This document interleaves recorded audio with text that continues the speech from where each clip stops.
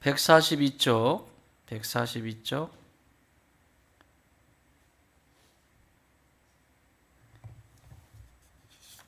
우리가 지금 그리스도인에 대한 정의를 보고 있는데 그리스도인이란 누구냐? 크게 생각을 하면 그리스도인은 그리스도를 따르는 사람들이 그리스도인이죠. 그리스도는 누구냐? 그리스도는 뭐냐? 메시아는 뭐냐? 메시아의 삼중직, 그리스도의 삼중직. 시작.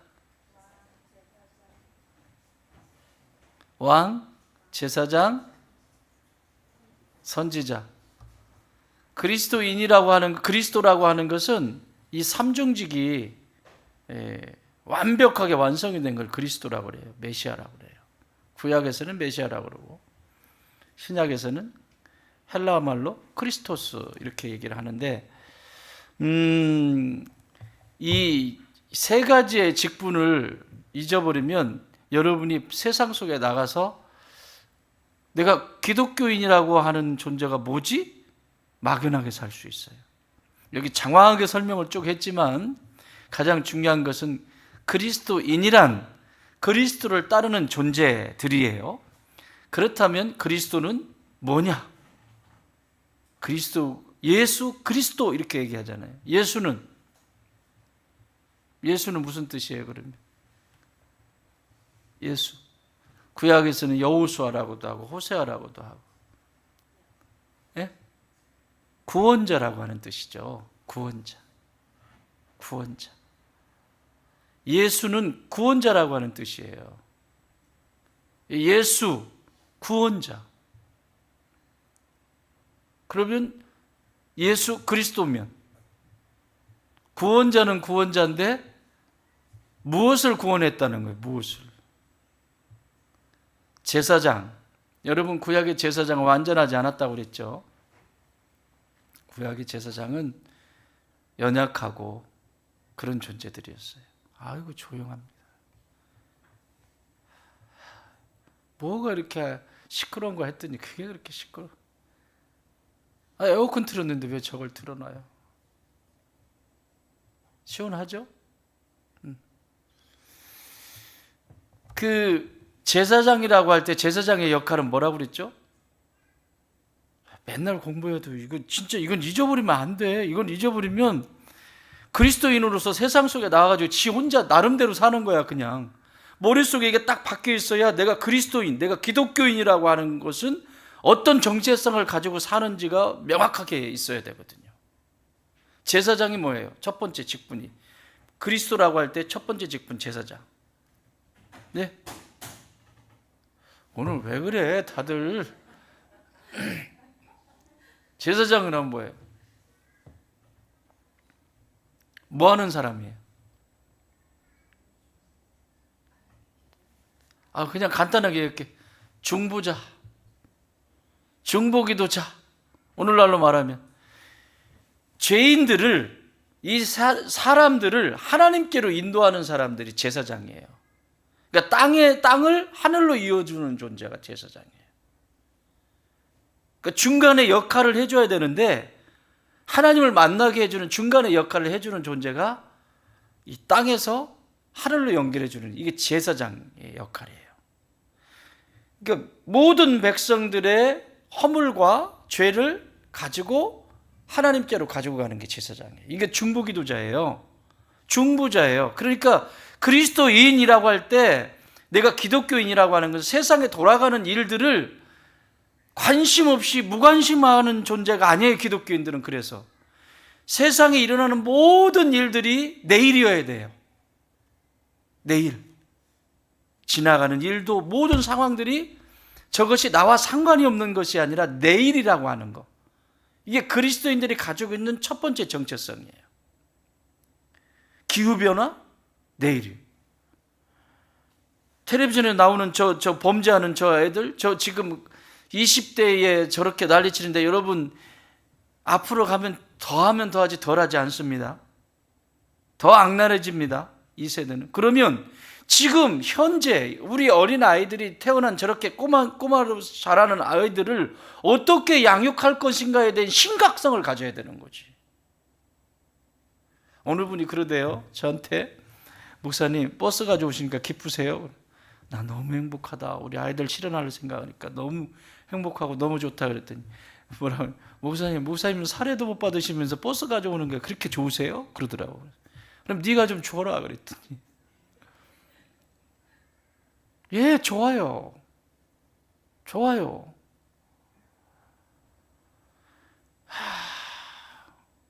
이 아이들이 지금 이 어린 아이들이 어떻게 크는가에 따라서 10년 뒤에 어떻게, 20년 뒤에 어떻게, 그것이 보이는 사람들이 그리스도인이라고. 그게 보여야 돼요. 그게 안 보이면 그리스도인의 정체성을 잃어버리고 사는 거예요. 뭐 복잡하게 뭐를 해라 그러는데 그냥 간단해요. 그리스도인은 그리스도를 따르는 존재고, 그리스도는 어떤 존재냐? 제사장의 직분을 감당하는 존재, 완벽하게 감당한 존재가 누구예요? 예수님이시죠. 십자가에서 완전한 중보를 이루셨잖아요. 그것을 그대로 이루신 거예요. 완전한 중보자로서 하나님과 나를 화목하게 하시기 위해서 중보자가 되신 거예요. 화목제물이 되신 거죠. 그러니까 저와 여러분은 그리스도인이라고 하는, 기독교인이라고 하는 정체성은 세상에 나가서 세상에 일어나는, 근데 왜 그쪽으로 다 앉으셨어요? 왜? 응? 에어컨 바람이 싫구나. 그게 왜 아내하고 떨어져서 앉아있어? 근데 남의 집에서 살아요? 옆으로 앉아 빨리. 왜 바짝 붙어가지고 같이 보고 같이 그렇지 이렇게 해야지. 왜 아내 뒤통수를 바라보고 있는 같이 앉으세요. 그래요. 차 막 보니까 어때요? 막 어때요? 그냥 좋은 정도에 어때요? 그러니까 장난이 아니죠. 사고부터 치는 거야. 우리는 된 거 없이 그냥 사고 치는. 자, 그리스도인이라고 할 때 가장 첫 번째 그거 꼭 기억하라고 그랬어요. 그러면 세상에 지금 일어나고 있는 일들을 나와 상관이 없는 것이 아니라 내가 책임져야 된다라고 하는 책임적 의식을 가지고 사는 존재가 그리스도인이에요. 아멘. 그러니까 내일 아닌데 아니요. 길에 박스가 하나가 떨어져 있어도, 돌이 하나 떨어져 있어도, 위험한 일이 있어도 나는 피해서 갔을지 모르지만 누군가가 그것을 피하지 못해서 다치면 어떡할 거예요? 나에게 죄 없다 말할 수 있어요? 그리스도인들에게는 그랬어요. 싱크홀이 있었어요. 가다가 펑 하자 싱크홀이 있어요. 지나갔어요. 신고해야 될까 안 해야 될까? 빨리 신고해야지. 옛날에 내가 안산에 가는 길에 우리 아이들 데려다 주러 안산에 가는데 거기 싱크홀이 생겼어요. 움푹 패여가지고. 그래서 전화를 했죠.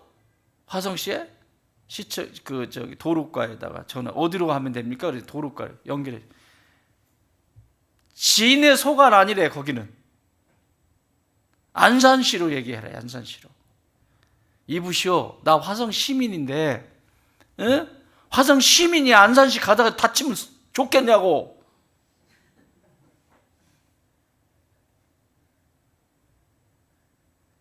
그리고 내가 또 거기다가 안산시에다 전화를 해요? 자기네끼리는 통할 거 아니야. 어느 위치에 지금 이런 게 있으니까 그쪽에서 좀 그쪽 관할구역이니까 도와주시오. 그러면 되는 걸, 이게 무슨, 그렇잖아요. 아니, 신고를 했으면 뭔 체계가 이러냐고. 신고를 했으면 어디로 신고했든지, 그걸 어디에 관할인지 그건 신고자가 알 필요는 없잖아요. 그걸 내가 왜 인식을 해야 되는데, 어느 관역인지. 사람 다치면 어떡할까요? 빨리 조치를 해야지. 그런 거예요. 무슨 느낌인지 알겠죠? 그러니까 세상에 일어나는 일들은 그리스도인들에게는 상관이 없는 것이 아무것도 없다. 아멘. 두 번째, 자, 땅에서 하늘을 잇는 것이 제사장이라면 하늘의 메시지를 땅에 그대로 실천하는, 하늘의 메시지를 가감하지 않고 그대로 순종하는 누구죠? 선지자예요, 선지자. 하늘의 메시지를 그대로 선포해야 돼요, 세상에. 내가 이윤이 있으면 말씀을 받고 이윤이 없으면 말씀을 버려버리는 게 아니라, 그리스도인은 누구냐? 하나님의 말씀이면 말씀대로 세상을 살아가야 되는 거예요. 말씀하셨으면 그걸 가지고 세상을 살아가야 되는 거예요. 그리고 세상에 살아가는 존재는 왕이라면 세상 속에 이 말씀을 선포하는 존재로 살아가는 거죠. 그게 누구겠어요? 누구예요, 그게?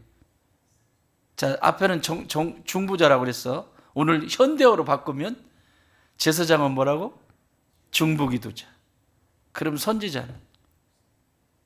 목사님? 주여. 목사는요, 이 삼중직을 다, 여러분도 삼중직이 있지만 목사는 목회를 하면서 이 삼중직을 기본적으로 머릿속에 두고 여러분은 목양하고 있어요. 현대어로 바꿔봐.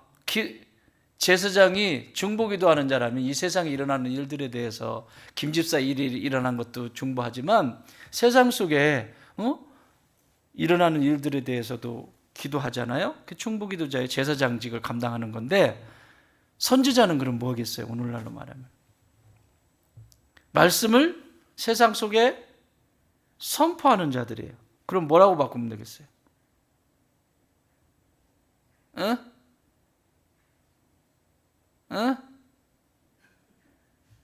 선포하는 자 누구야? 누구? 뭐라고? 그렇지. 그러지. 전도자, 선교사. 생활 속의 선교사들, 삶 속의 선교사들. 하나님의 말씀이 우리 가정에 임하게 하고, 하나님의 말씀이 우리 직장에 임하게 하고, 하나님의 말씀이 내가 있는 곳에 임하게 하는 자들. 그게 선지자죠. 듣든 안 듣든 그것은 그들 사정이고, 들을까 안 들을까, 들을까 안 들을까, 내가 복음을 전하면 들을까 안 들을까, 그건 내 생각이고, 전하는 거죠. 복음 전도자의 사명을 살아가는 거죠. 이게 그리스도인의 두 번째 정체성이에요. 그러니까 그리스도인인데 중보자로서 살지 못해, 전도자로서 살지 못해. 글쎄, 그리스도인인가? 예수님을 만났나? 다시 한번 물어야 돼. 그렇지 않겠어요? 마지막 하나는 뭐겠어요? 마지막 하나는 뭐죠? 왕. 왕은 어떤 존재입니까? 왕은 어떤 존재예요? 예? 다스리는 사람이죠. 다스리는데 어떻게? 섬기는 자죠, 섬기는 자. 하나님의 나라는 왕은 섬기는 자입니다. 그것을 예수님이 왕으로서 보여주셨잖아요. 이 세상의 왕은 군림하는 자인데 하나님 나라의 왕은 섬기는 자예요. 그러니까 하나님의 말씀을 세상 속에 내가 먹은 만큼 섬겨내는 거예요. 세상을 섬기는 거예요. 가는 곳곳마다 섬기고 세우고,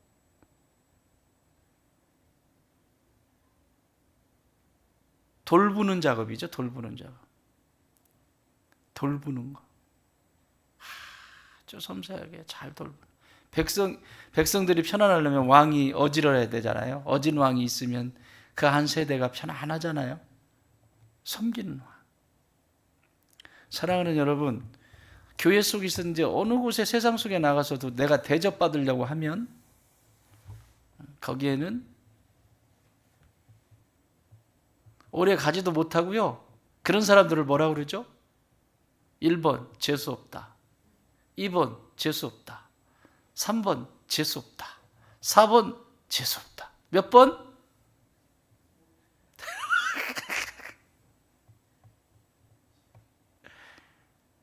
대접만 받으려고 그래. 대접만. 하나님께 영광을 돌려야 되는 거예요. 여러분, 이스라엘의 역사는 왕의 역사거든요.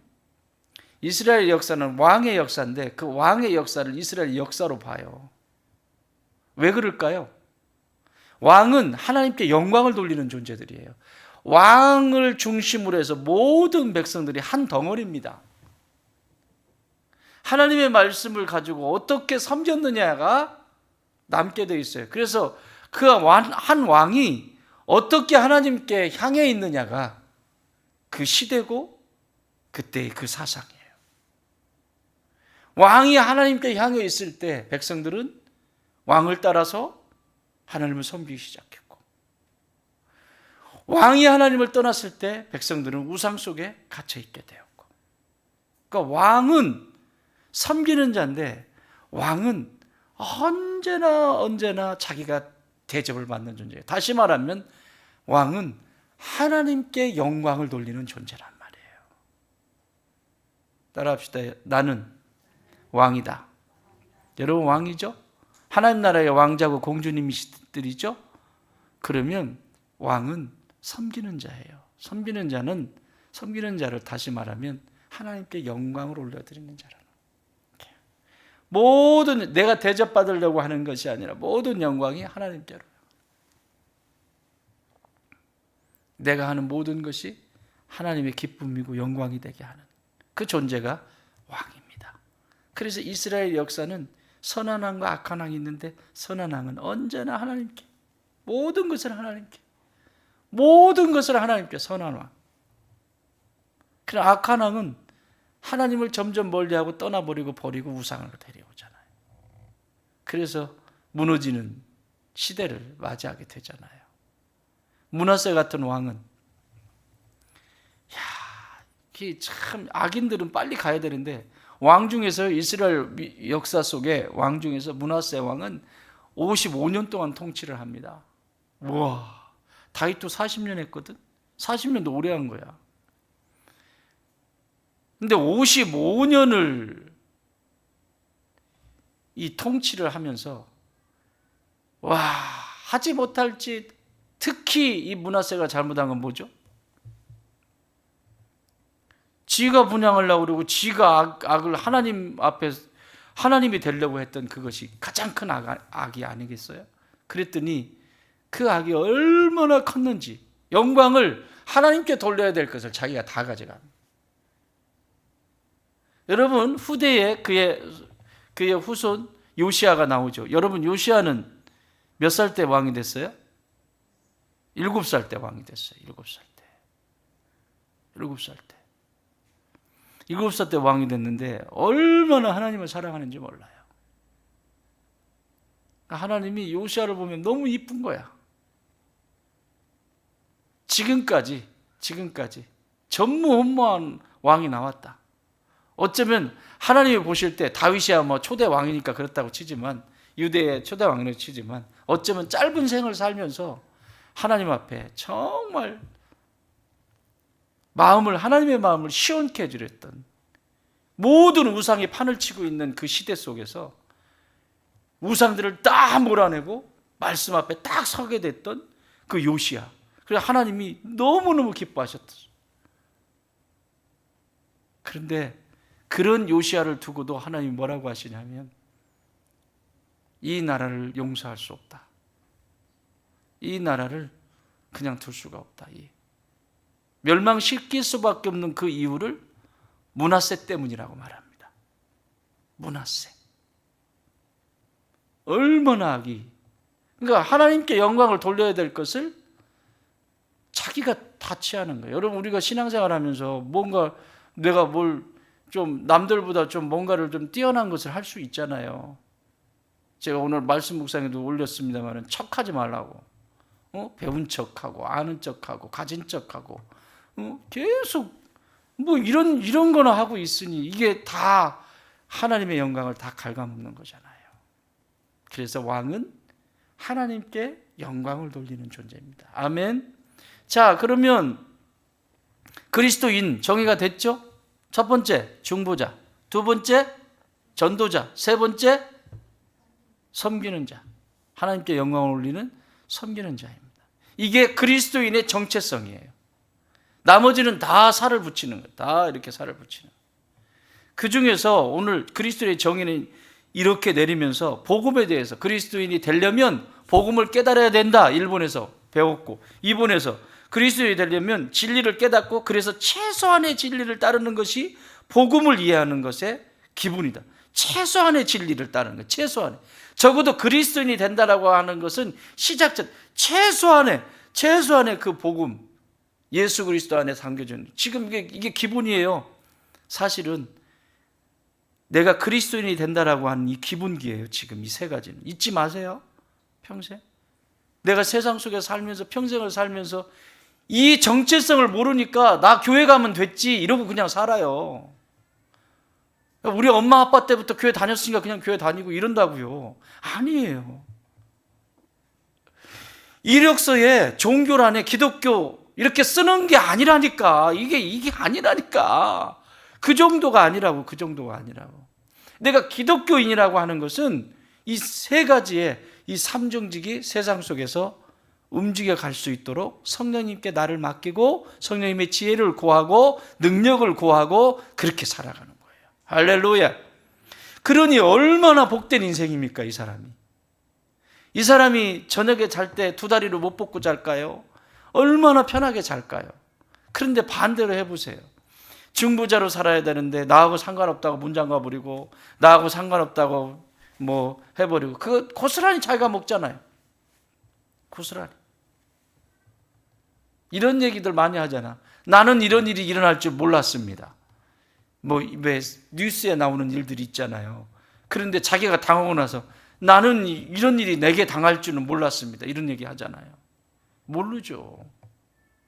그러니까 우리는 끊임없이 중보자의 사명을 감당해야 돼요. 중보자의 사명. 전도자의 사명. 잃어버린 영혼들을 찾아야 되는, 그리고 지금도 지옥 가운데 어둠 가운데 헤매는 이들이 하나님께로 나와서 구원에 이르도록 계속해서 복음을 전하고 예수님을 소개하고, 그래서 최소한의 복음을 경험할 수 있도록 해야 됩니다. 그리고 모든 영광은 누구에게? 하나님께 올려드리는 존재가 왕이다. 아멘. 그렇게 섬겨야 돼요. 예수님이, 왕이신 예수님이 나를 그렇게 섬겨주셨으면 나는 당연한 거 아니에요? 뭐 잘났어요, 뭐가. 조금 배운 거 가지고 아는 척하고 조금 가진 거 가지고 잘난 척하고 계속해서 이런 것만 하고 있다니까. 그게 뭐예요? 영광은 내가 받을 거야 이거거든요. 그거 누구 성품이죠? 마귀 성품이에요. 그건 성령님의 성품이 아니에요. 마귀는 자기가 경배받아야 되거든요. 모든 게 내가 경배받아야 되고 이게 마귀예요. 마귀의 성품이에요. 그게.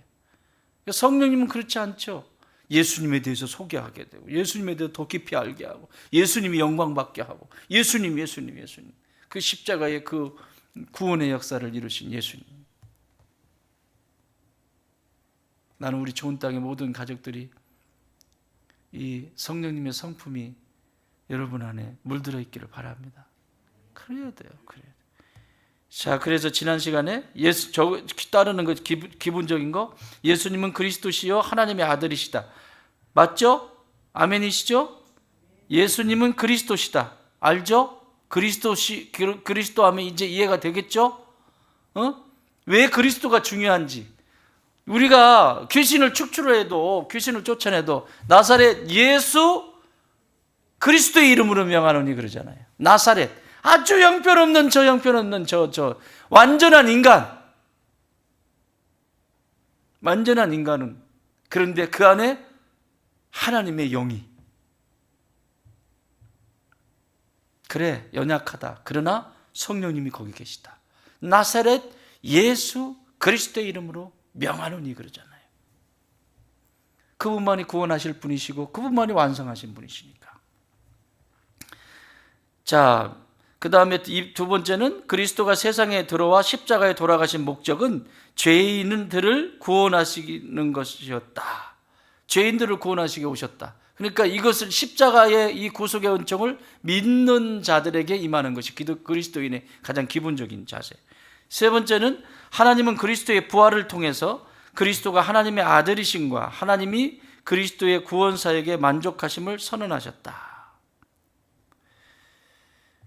그렇죠? 완벽하게 선언하셨죠. 4번, 오늘 4번이죠. 그리스도의 사역의 유익에 동참하기 위해서는 회개하고 공적으로 그리스도를 인정해야 된다. 자, 여기 4번, 5번, 6번인데 세 가지를 다루고 있는데 4번에서는 공적으로 그리스도를 인정해야 한다. 공적으로. 뭐라고 써 있어요? 거기 공적으로. 공적으로. 여러분, 우리가 결혼식을 할 때 요즘 이상한 애들이 너무 많아가지고 지들끼리 가가지고 우리 결혼한다고 가가지고 이상한 데 가서 하고는 결혼했다고 그러고 하는 애들 있잖아요. 왜? 그냥. 근데 원래 결혼식의 모습은 어떤 모습이죠? 양가 어른들을 다 모시죠. 부모님과 친척들을 다 모시죠. 왜 모실까요? 이들이 우리 부부가 되는 것에 대한 증인이고 이들 앞에서 한 이 증인은 끊을 수가 없다라고 하는. 원래는 이혼이라고 하는 것도 이들이 다 와야 되는 거야. 원래는 그렇잖아. 합의를 해야 되는 거야. 지들끼리 안 살겠다고 헤어지는 게 아니라 이게 다 합의가 돼야 되는 거예요. 원래는 그게. 그러니까 이혼이라고 하는 생각을 할 때 이들을 다 생각한다 그러면 그게 쉬울까요? 그게 쉬워져요? 그냥 뭐 멀리 생각하지 말 친척만 생각해요. 친척만. 쉬운 게 아니에요. 이게 다 불러야 되는 거예요. 다 불러야 되는 거예요. 우리가 결혼식을 할 때 증인들을 부르잖아요. 이렇게 증인들을. 그런 것처럼 내가 그리스도인이 된다라고 하는 것도 공적이어야 되는 거예요. 물론 성령께서 인치시는데 그 공적인 장면이 뭐죠? 교회 속에 세례죠. 세례. 성례전 중에 세례죠. 세례. 성찬과 세례식, 성례전 이렇게 얘기하는데 세례는 공적으로 내가 그리스도인이 되었습니다라고 하는 의식이에요. 그러니까 다시 말하면 결혼식과 같은 거예요. 물론 결혼은 나중에 하는데 결혼식과 같은 거예요. 모든 증인들 앞에서 눈으로 보이는 증인들과 성령, 이 증인들 앞에서 내가 그리스도인이 된다라고 하는, 좋은 땅 교회의 성도가 되겠다라고 하는 예식, 그리고 이 보편적인 우주의 모든 교회들의 한 성도가 되겠다라고 하는 의식이 세례식이에요. 그게 세례식이라고. 세례 다 받으셨죠? 안 받으셨어요? 다시 받을까? 그게 세례식이에요. 그런 것처럼 내가 그리스도인이 된다라고 할 때 공적으로 인정해야 되는데 그 뭐라고 그랬어요? 앞에 위에서 뭐하고? 회개하고. 그걸 두 번째 지금 5번에서 다뤄. 두 번째, 기독교는 개인적인 죄성을 인정해야 한다. 세 가지를 지금 얘기하고 있는데 첫 번째는 공적인 자리에서 세례식이나 이런 것들을 통해서 그리스도인이 된다라고 하는 것. 두 번째는 내가 죄인이라고 하는 것을 고백할 수 있는 사람. 죄성. 여기 로마서 7장 24절 같이 읽습니다. 시작. 오라 나는 공고한 사람이로다. 이 사망의 몸에서 누가 나를 건져내랴. 사도 바울의 고백이죠. 여러분, 우리는 예수님 오실 때까지 이것이 우리 안에 계속 싸웁니다. 늘 성령 충만하지 않아요. 늘 충만하면 얼마나 좋겠어요? 늘 막 가득 늘 막 매일매일 그냥 뭘 봐도 그냥 충만하고 얼마나 좋겠어요. 그런데 우리가 딛고 있는 이 세상은 그렇지가 않아. 눈 돌리면 다른 게 또 보이죠. 그런데 다른 것은, 이전과 다른 것은, 내가 예수님을 믿기 전, 그러니까 내가 그리스도인이 되기 전과 다른 것은, 그렇게 잘못된 길을 갔다라고 할 때 바로 죄의 인식이 들어오게 돼 있어요. 이전에는 그게 죄가 아니었어요. 내가 그리스도인이 되기 전에는 그게 죄라고 그랬는데, 내가 그리스도인이 되고 난 다음에는 바로 죄가 깨달아지는 거예요. 이게 은혜입니다. 은혜는 내가 죄인입니다 라고 하는 곳에 임하는 게 은혜지, 의인에게는 은혜가 필요 없습니다. 은혜는 내가 할 수 있는 게 아니라 하나님이 부어주시는 거거든요. 말씀을 읽는 것도 말씀에 은혜가 있어야 되는 거고, 기도를 하는 것도 기도에 은혜가 있어야 되는 거고, 그죠? 전도를 하는 것도 전도에 은혜가 있어야 하는 거고. 아멘 할 때까지 할 거니까. 목장 모임을 하는 것도 목장 모임에 은혜가 있어야 하는 거고. 모든 게 은혜가 임해야 되는 거예요. 모든 게 은혜. 그런데 그 은혜라고 하는 것이 임하는 곳은 어디냐면, 하나님의 은혜가 임하는 곳은 어디냐면, 항상 내가 오물입니다, 내가 죄인입니다 라고 인정하는 사람들에게 임하는 게 은혜예요. 그걸 인정하는 사람들은 마귀가 건드릴 수가 없어요. 남들도 그렇지 않아? 다 그런 거 아니야? 나만 그래? 아니 누구는 뭐 장로인데도 그러더만. 아니 너를 얘기하는 거라고, 너를. 아니 어느 교회 장로인데 나보다 더 하던데요? 아니 너를 얘기하는 거라니까. 너 그거는 그쪽 소관이고, 거기는 안산시 소관이고, 여기는 화성시라니까. 알겠어요? 거기는 거기 소관이고. 나에게 묻는 거라고. 이 죄성에 대해서 물으시는 거예요. 그래서 이 죄에 대해서 인정할 때 거기서 역사가 일어나요. 누가복음 18장 한번 읽어봅시다. 누가복음 18장 13절 시작. 세리는 멀리 서서 감히 눈을 들어 하늘을 쳐다보지도 못하고 다만 가슴을 치며 이르되, 하나님이여 불쌍히 여기소서, 나는 죄인이라소이다. 아이고, 여러분, 세리가 지금 성전까지 왔어요. 이 시대의 세리는, 창녀는 성전에 오기가 쉽겠어요?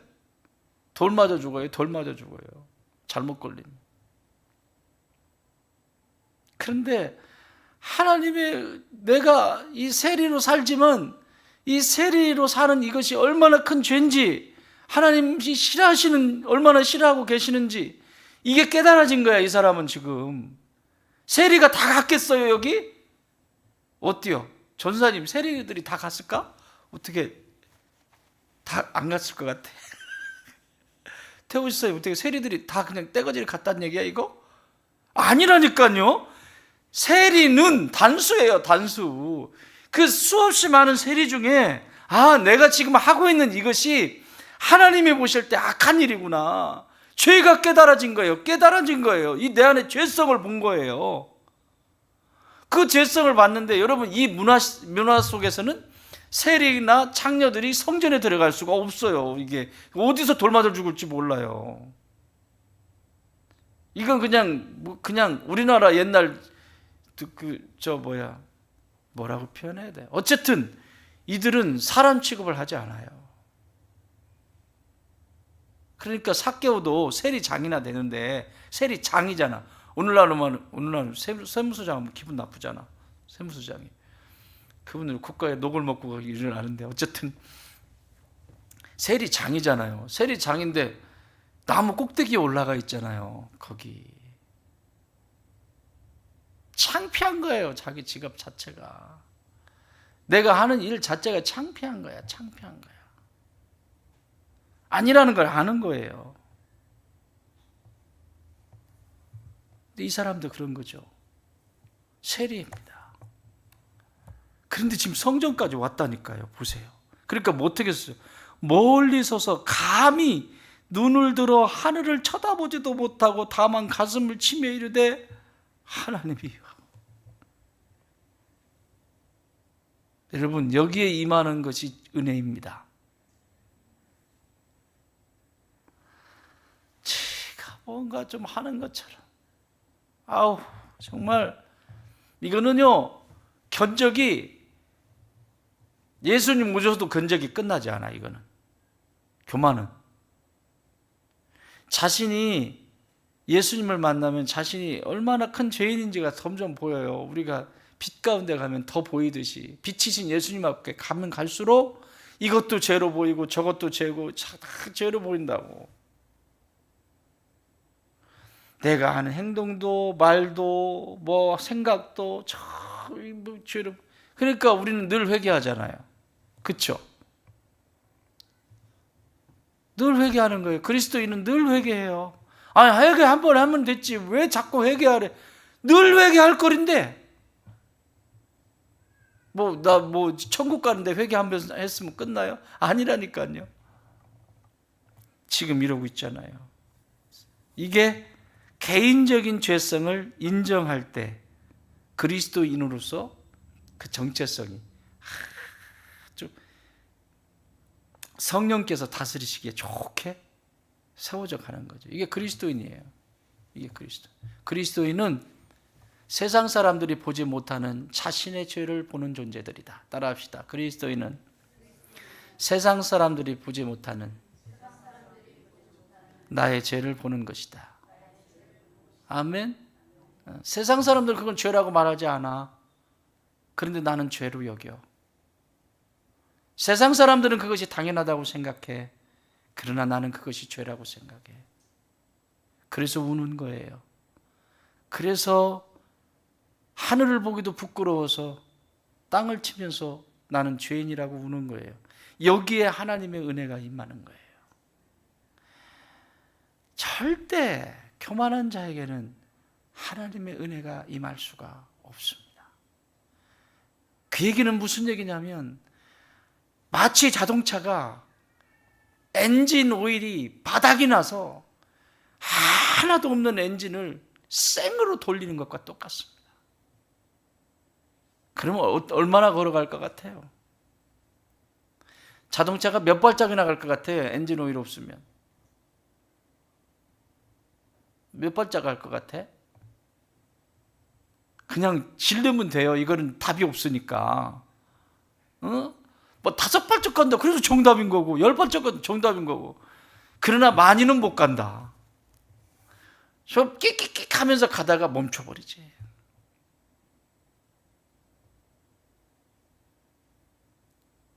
하나님의 은혜는 엔진 오일에 푹 담겨 있는 상상을 해보세요. 그 끈적끈적한 그 오일 안에 딱 엔진이 담겨져 있잖아. 잠겨져 있는 거죠. 담궈 놓은 거잖아요. 그냥. 그러니까 얘가 아무리 돌아도 지들끼리 막 돌아도 전혀 문제가 생기지 않아요. 일을 열심히 하잖아요. 그렇죠? 사랑하는 여러분, 하나님의 은혜가 나를 힘있게 합니다. 그 은혜라고 하는 엔진 오일이 내 안에 꽉 채워져 있어야 내 안에 엔진들이 서로 연결되는 거야. 심장, 콩팥 다 연결된다니까. 다 연결돼. 내 생각도 연결되고 내가 배운 것도 연결되고 내가 익힌 경험한 것도 연결되고 다 연결이 돼가지고 서로 연결이 탁 돼가지고 착착착착착착 이렇게 착착착착 돌아간다. 이게 없기 때문에 하나님의 은혜가 없기 때문에 배운 것 많고 가진 것 많고 아는 것 많은데 이걸 갖다 집어넣어 이게 엔진 오일이 없으니까 그냥 막 삑삑 소리 나는 거죠. 그러니까 이 사람하고 싸우고 저 사람하고 싸우고 그냥 가면 그냥 가는 데마다 그냥 다 싸우는 가는 데마다. 뭐가 없어서 그렇다? 엔진 오일 떨어졌다. 하나님의 은혜가 없다. 이게 두 번째 우리가 그리스도인으로서 가져야 되는. 세 번째는 6번 그리스도께서 생명을 기독교인의 대속물로 내어주셨으므로 기독교인은 개별적으로 그리스도에게 빚졌음을 알아야 된다. 따라합시다. 나는 빚쟁이다. 나는 빚쟁이다. 이게 그리스도인 기본적인 삶의 태도예요. 나는 빚쟁이다. 뭐의 빚쟁이? 복음의 빚진 자. 그 사랑의 빚진 자. 하나님의 사랑을 어떻게 말로 표현할 수 있어요? 그걸 단어로 어떻게 옮겨요? 사람들은 유행가도 사랑을 표현하면, 시를 사랑으로 표현하면 와 하는데, 하나님의 사랑을 어떻게 이 인간의 글로 이 표현을 합니까? 그러니까 하늘을 두루마리 삼고 바닷물을 먹물 삼고, 이걸 바닷물 찍어가지고 다 쓴다고 해도 다 못 쓴다고 찬양하고 있잖아요. 그렇잖아요. 그리스도인 나는 하나님의 사랑에 빚진 자다. 사랑에 빚진 자기 때문에 이 사랑을 갚아야 돼요. 여러분, 부모가 우리 부모님이 나에게 너무너무 잘해주셨어요. 그 사랑을 너무너무 많이 받았어요. 그러면 내가 부모님한테 극진히 어머니를 잘 모시는 것도 잘하는 거지만, 진짜 부모님이 기뻐하시는 건 뭘까요? 진짜 기뻐하시는 거. 자, 그럼 이렇게 얘기할게. 부모님한테 극진히 잘해 가가지고 매일 어디 홍콩으로 어디로 여행도 시켜드리고. 근데 맨날 이 아들집이 맨날 쌈박질하고 사니 못 사니 하고 애들이 그러고 또 얼마 있다 와가지고 엄마한테 와가지고 아빠한테 와가지고 아버지 어머니 여행 가실까요? 다 가가지고 또 어디 호캉스를 가실까요? 그러면서 또 다녀. 또 싸우고 맨날 싸우고. 그 어머니 아버지가 여행을 가실까요? 가실까요? 진짜 어머니 아버지가 원하는 건 뭘까요? 내 아들 딸들이 가정을 이뤘으면 그 가정을 이룬 곳에서 나보다도 더 행복하고 기쁘게 성장하고 성숙해가면서 그렇게 살아가는 그 모습을 보면 부모님은 그것으로 족하죠. 왜? 싫어?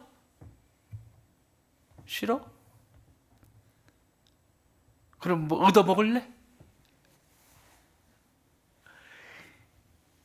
그걸로 족한 거예요. 그 모습을 볼 때 부모는 행복한 거죠. 여러분, 아이들이 그렇게 성장해서 어른이 돼가지고 성장해서 엄마 아빠보다도 더 깊은 생각을 할 때가 있잖아요. 애들이 생각하는 것이 깊고, 그리고 행동하는 것도 와 저렇게까지, 이야 믿음도 그렇고 그럴 때 기쁘잖아요.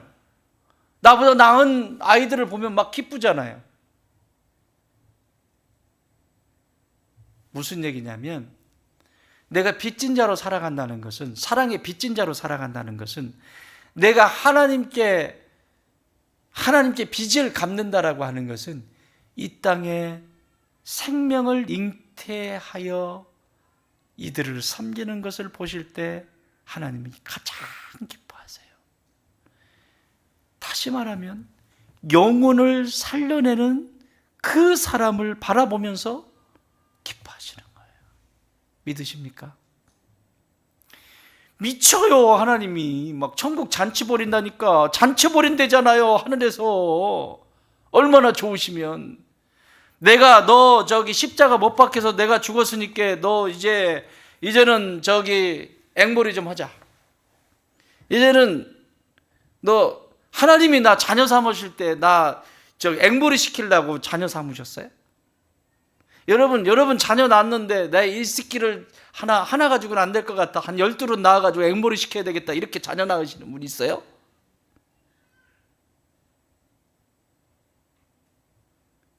근데 신앙생활 그렇게 하면 안 된다니까. 하나님이 마치 나한테 뭘 하면 하나님이 기뻐하시고 안 하면 안 기뻐하시는 그런 게 아니라, 하나님은 그 앵벌이 시키려고 나를 자녀 삼으신 게 아니에요. 십자가 지시면서 그렇게 나를 자녀 삼으신 게 아니라니까. 나 앵벌이 시키려고 한 게 아니라니까요. 얘가 세상에 나가가지고 세상에서 내 새끼답게 그렇게 성장하는 것을 보기를 원하는 거예요. 성장해서 이제 처음에는 믿음이라는 것이 들어갔어요. 복음이 들어갔잖아. 생명이 들어와서 이제 어린애야. 어린애가 성장해서 연수를 더해서, 이 세상의 연수겠지? 연수가 됐는데 얘가 안 커. 그러면 하나님 근심인 거고, 복음이 들어갔는데 얘가 막 쫙쫙쫙쫙쫙쫙 그 시기에 맞게, 왜 아이들도 발달 시기가 있잖아요. 시기에 맞게 영적으로도 쫙쫙쫙쫙 서가면서 이제 어른이 됐어요. 어른이 돼가지고 이제 가정을 읽어야 될 때가 된 거야. 얘가 이제 전도자로 나서는 거지. 이제 복음을 증거할 수 있는, 예수의 심장을 가지고 복음을 증거할 수 있는 자리까지 온 거죠. 그래서 복음을 증거해. 이게 가족을 이루는 거지. 가족을 이루는 거. 그걸 하나님께 빚을 갚는 거예요. 아멘. 나는, 그리스도인은 빚진 자입니다. 빚쟁이라고 하는 사실을 잊지 마세요. 이 빚쟁이라고 하는 사실을 알면 내가 이 빚을 어떻게 갚아야 되는지, 그 빚은 어떤 빚이야? 사랑의 빚. 받은 사랑이 너무 커서 그걸 어떻게 갚을까? 그것이 흘러보내는 거예요. 이렇게. 그래서 생명을 살려내면 하늘의 별과 같이 빛난다잖아요. 생명 한 생명을 살려낼 때마다 별과 같이 빛난다잖아요. 자, 오늘 여기까지 하겠습니다. 사랑하는 여러분, 진리를 따른다라고 하는 것은, 그리스도인에서 진리를 따른다고 하는 것은 가장 첫 번째, 언제나 진리를 따르기 전에 해야 될 것이 있죠. 공적으로, 공식적인 자리에 세례를 받아야 돼. 그러니까 그리스도인이 되는 형식이죠. 이게 예식과 같은 거죠. 두 번째, 죄를 고백할 수 있는 사람이 돼야 돼요. 언제나 내가 오물이구나, 죄인이구나라고 하는 이 인식이 그리스도 안에 사라지는 순간 그리스도인은 망하기 시작합니다. 더 이상 성장할 수가 없고 계속해서 도태되고 뼈도 세워지지 않고 그냥 누워 있어야 돼요. 평생 누워 있어야 돼요. 신앙생활을 하면서 죽을 때까지 누워 있는 신앙생활을 합니다. 내가 죄인입니다 라고 할 때 그곳에 하나님의 은혜가 임하고 그 속에 하나님께서 쓰시기에 합당한 존재로 성장시켜 주세요. 세 번째는, 나는 사랑의 빚진 자다. 이 빚을 어떻게 갚는다고요? 갚아나가야 된다고요? 새로운 생명을 살려내므로. 또 새로운 생명을 살려낸다면 그 사랑이 흘러가야 되잖아. 생명 살리는데 사랑 없이 돼요? 안 돼요. 생명을 살려내려면 그 사랑이 흘러가야 되는 거예요. 생명을 살려내므로 빚을 갚아나가시는 저와 여러분 되길 주의 이름으로 축원합니다.